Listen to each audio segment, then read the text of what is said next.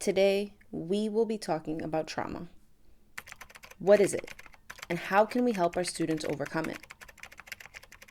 Most students aren't able to identify what they have experienced or continue to experience as trauma. Trauma, whether from a personal or widespread event, is the reaction of an individual to a psychologically, emotionally, and/or physically harmful event. Emphasis on reaction. Events experienced may be traumatic to some and not to others.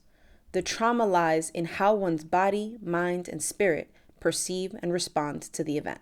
There are two types of trauma: personal and communal. Personal traumas include, but are not limited to, experiences like divorce, abuse, addiction, bullying, death of a loved one, and house fires. Communal traumas include things like school and mass shootings, natural disasters, war, and terrorism. There are events that qualify as both personal and communal traumas. Students internalize trauma and bring their reactions to said trauma into the classroom. This can look like anger, anxiousness, depression, or a myriad of other manifestations.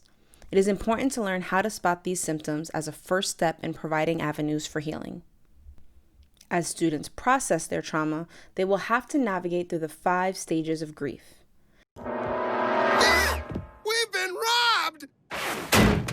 Where'd the couch go? I donated it to the community center. No more couch. No more lazy Sundays.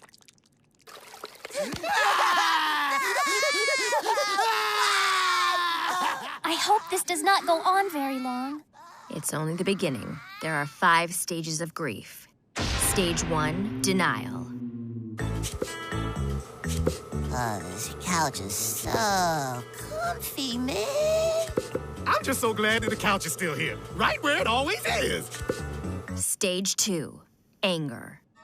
I'm so angry! I'm so that way too!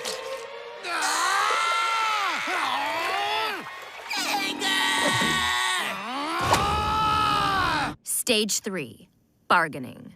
Please, please, please, please, please bring it back. We won't ever sit again. Nope. How about if we... No. You are gonna love this one. No! And get out! Stage 4, depression. I miss you.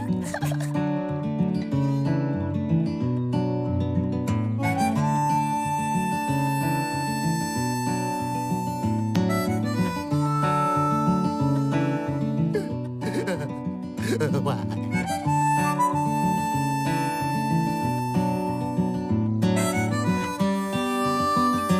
Stage 5, acceptance. Remember that lump? And that mysterious sticky stain. Yeah, good times. In this process, they may experience a loss of faith.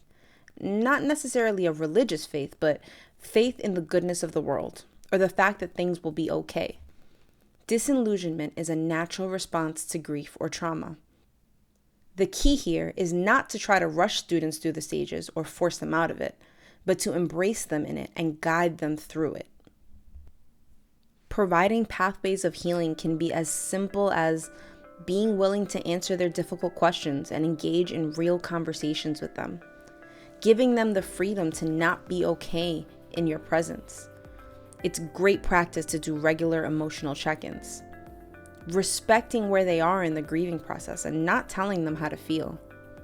Allowing them the freedom to say things that may seem inappropriate when discussing their grief and pain. Strategies for help can also be more layered, like creating trauma response programs and interventions, finding partner organizations, and empowering students to start their own initiatives.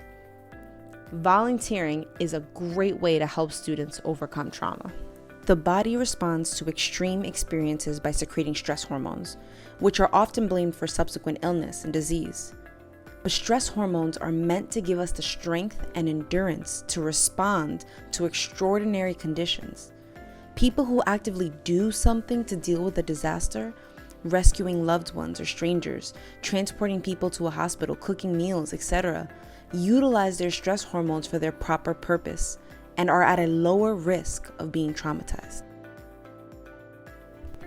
Get creative in integrating or suggesting alternative pathways to healing, like research-based video games or virtual reality. Another wonderful opportunity for healing and helping students overcome trauma comes from integrating mindfulness into the classroom and providing them a break from their pain. This is difficult work that requires deep patience and empathy.